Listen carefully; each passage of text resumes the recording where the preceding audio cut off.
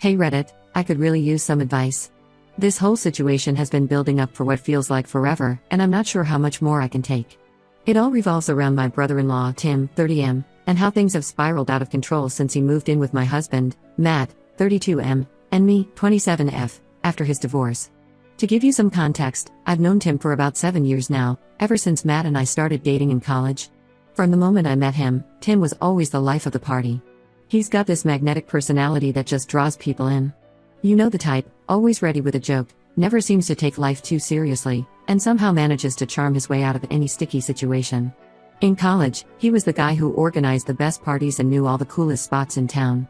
Matt would often tell me stories about their childhood, how Tim was always getting into mischief but somehow never got in trouble because he could talk his way out of anything. Matt and Tim have always been close, despite their different personalities. Where Tim is all spontaneity and charm, Matt is steady and responsible. I fell in love with Matt precisely because of his stability and reliability. We met in our junior year of college when we were paired up for a group project in our business ethics class. I was immediately drawn to his quiet confidence and the way he always seemed to have everything under control. We started dating soon after, and it just felt right from the beginning. After graduation, Matt landed a great job in finance, and I found my niche in marketing. We got married 5 years ago in a beautiful ceremony that Tim, of course, livened up with his best man speech, equal parts hilarious and heartfelt. Life was good, and we settled into a comfortable routine.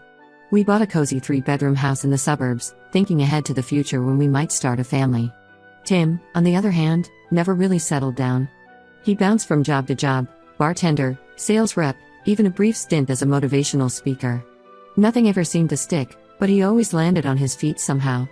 That all changed when he met Laura, 28F, at a mutual friend's wedding 3 years ago. It was like watching a whirlwind romance unfold in real time. Within 6 months, they were engaged, and by the 1-year mark, they were married in a lavish ceremony that, looking back, was probably way beyond their means. At first, everything seemed perfect. Laura was smart, beautiful, and seemed to ground Tim in a way nothing else ever had. He even managed to hold down a steady job as a sales manager for a local car dealership. Matt and I were thrilled. It felt like Tim had finally grown up and found his place in the world. But about 2 years into their marriage, cracks started to show. Tim would call Matt more frequently, complaining about how Laura was nagging him or how she didn't understand his need for freedom. I remember one night when Tim showed up at our door, clearly drunk, rambling about how he felt trapped. Matt talked to him for hours that night, and I thought it was just a rough patch they'd worked through. Then, last year, the bomb dropped. Laura called Matt in tears, saying she found messages on Tim's phone proving he'd been cheating on her with not one, but 2 different women. One was a co-worker, and the other was a regular at the bar where he'd picked up some weekend shifts. The family was in shock. Tim had always been a flirt, but no one thought he'd actually cheat. The divorce was ugly. Laura was, understandably, furious, and Tim's charm couldn't talk him out of this one. He lost his job at the dealership when his affair with the co-worker came to light, and suddenly, the guy who always landed on his feet was in free fall. That's when Matt stepped in. He was devastated to see his brother like this and insisted that Tim move in with us while he got back on his feet. I had my reservations. Our house isn't huge, and I valued our privacy, but I could see how worried Matt was. Plus, I genuinely thought it would only be for a few months at most. Tim had always bounced back before, right? Wrong. It's been over a year now, and not only is Tim still here, but things have gone from bad to worse. He managed to get a job at a local bar, but he doesn't contribute a dime to rent or utilities. He claims he's saving up for his own place, but I have yet to see any evidence of that. Our guest room, which I used to use as a home office, has turned into a pigsty. Clothes strewn everywhere, empty beer cans piling up, and don't even get me started on the state of the guest bathroom. What's really starting to get to me is Tim's attitude. It's like he expects me to be his personal maid. He leaves dishes in the sink for days, never does his own laundry, and acts offended if I ask him to clean up after himself. I work from home 2 days a week, and it's become unbearable. He'll wander into the kitchen while I'm on a Zoom call, making noise and sometimes even trying to chat with me. The worst part is how it's affecting my relationship with Matt. We've started fighting more and more about Tim. Every time I bring up that it might be time for him to move out, Matt gets defensive. He keeps making excuses, saying Tim is still struggling with the divorce and needs more time. But how much time is enough? I'm starting to feel like a guest in my own home, tiptoeing around Tim's moods and messes. Last week was the final straw for me. Matt and I had a rare night out together, dinner and a movie, nothing fancy, just a chance to reconnect. We got home around 11 p.m. to find our house had been turned into party central. Tim had invited a bunch of people over, most of whom I'd never even seen before. There were empty beer cans and pizza boxes everywhere, someone had spilled red wine on our cream-colored carpet, and I'm pretty sure I smelled weed coming from the guest room. I was furious. This was our home, not some frat house. When I confronted Tim, he just shrugged it off with that charming smile of his and said he was blowing off some steam. What really got to me was Matt's reaction. He seemed more amused than angry, helped clean up a bit, and told me to let it go. It was like he was back in college, covering for his little brother's antics. I don't know how much more of this I can take. I love Matt, and I know he's in a tough position, but I feel like our life is on hold. We've talked about starting a family, but how can we even consider that with Tim taking up space and resources? I'm starting to resent both of them, Tim for taking advantage of our hospitality, and Matt for letting him. I've tried talking to my friends about this, but they're divided. Some think I'm being too harsh and that family should always come first. Others are shocked we've let it go on this long. I'm at a loss. How long am I supposed to put up with this? Am I the asshole for wanting Tim to leave and for expecting Matt to back me up on this? I know family is complicated, and I don't want to come between brothers, but I also feel like I have a right to be comfortable in my own home.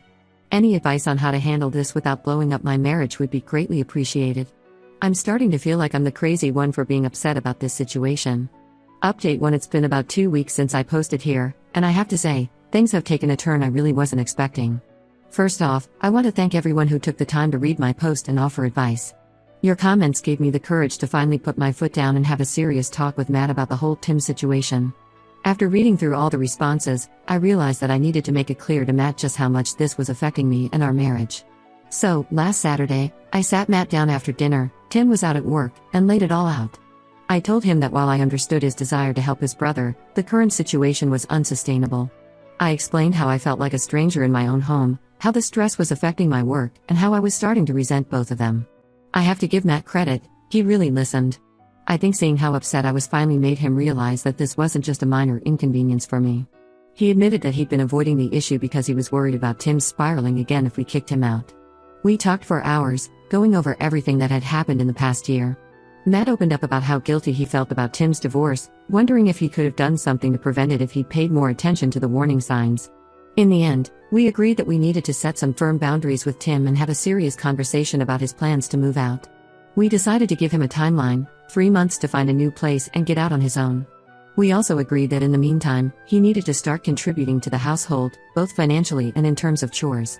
So, the next day, when Tim got home from his shift at the bar, we sat him down for what we thought would be a difficult but necessary conversation. Oh boy, were we in for a surprise. As soon as we started talking about him needing to move out, Tim got incredibly defensive. He started accusing me of trying to come between him and Matt, saying things like, "I knew she never liked me and you're choosing her over your own brother?"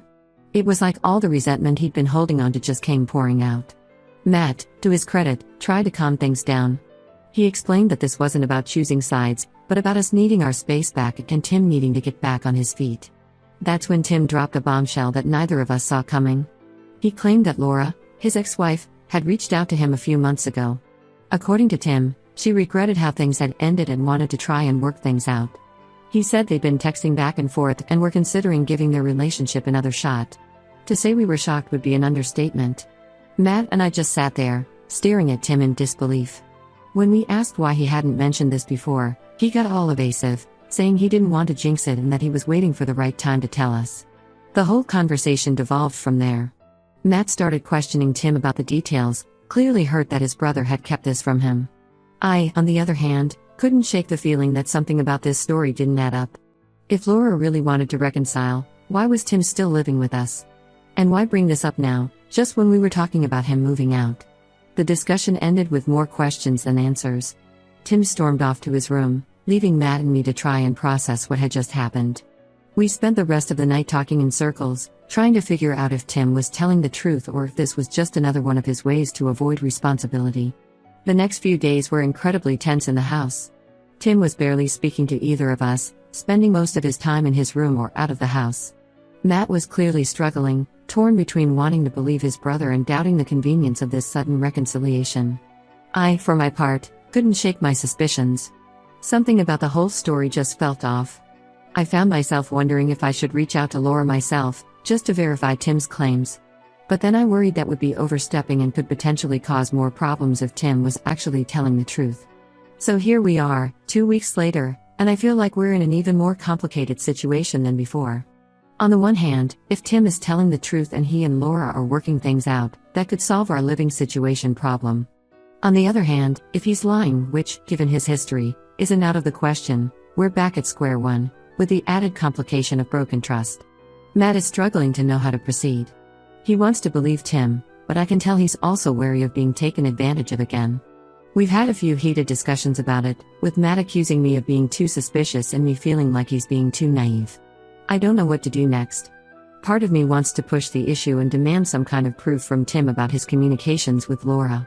Another part of me thinks we should just stick to our original plan and insist he move out in 3 months, regardless of what's happening with his ex-wife. I thought having that conversation with Tim would solve our problems, but now I just feel more confused and uneasy than ever. Any advice on how to handle this new development would be greatly appreciated. Should we believe Tim? Should we reach out to Laura? Or should we just stick to our guns about him moving out, regardless of his claims? I'm at a loss, and I'm worried this whole situation is going to drive a permanent wedge between Matt and me. Update 2. It's been about a month since my last update, and I have to say, things have taken yet another unexpected turn. I know many of you were skeptical about Tim's claims regarding Laura, and well, it turns out you were right to be. The past few weeks have been tense in our household. Tim had been spending more time out of the house, claiming he was meeting up with Laura to work on things. Matt wanted to believe him, but I could tell he was having doubts. We had a few arguments about it, with Matt accusing me of being too cynical and me feeling like he was being willfully naive. Then, about 2 weeks ago, everything came to a head in a way none of us expected. It was a quiet Sunday afternoon, and Matt and I were just relaxing in the living room when we heard a car pull up outside. I glanced out the window and saw a woman getting out of the car, looking absolutely furious. It took me a moment to recognize her as Laura. I'd only met her a handful of times at family events, and it had been over a year since I'd seen her last. Before we could even process what was happening, Laura was pounding on our front door. Matt opened it, looking confused, and Laura burst in, her eyes scanning the room until they landed on Tim, who had just emerged from his room to see what all the commotion was about. What followed was one of the most uncomfortable and revealing confrontations I've ever witnessed. Laura started yelling at Tim, demanding to know why he wouldn't leave her alone. It quickly became clear that Tim's story about their reconciliation was a complete fabrication. Not only was Laura not interested in getting back together, but she was actually in a new relationship and had been for months. According to Laura, Tim had been harassing her non-stop for weeks. He'd been calling, texting, and even showing up at her workplace, begging her to take him back.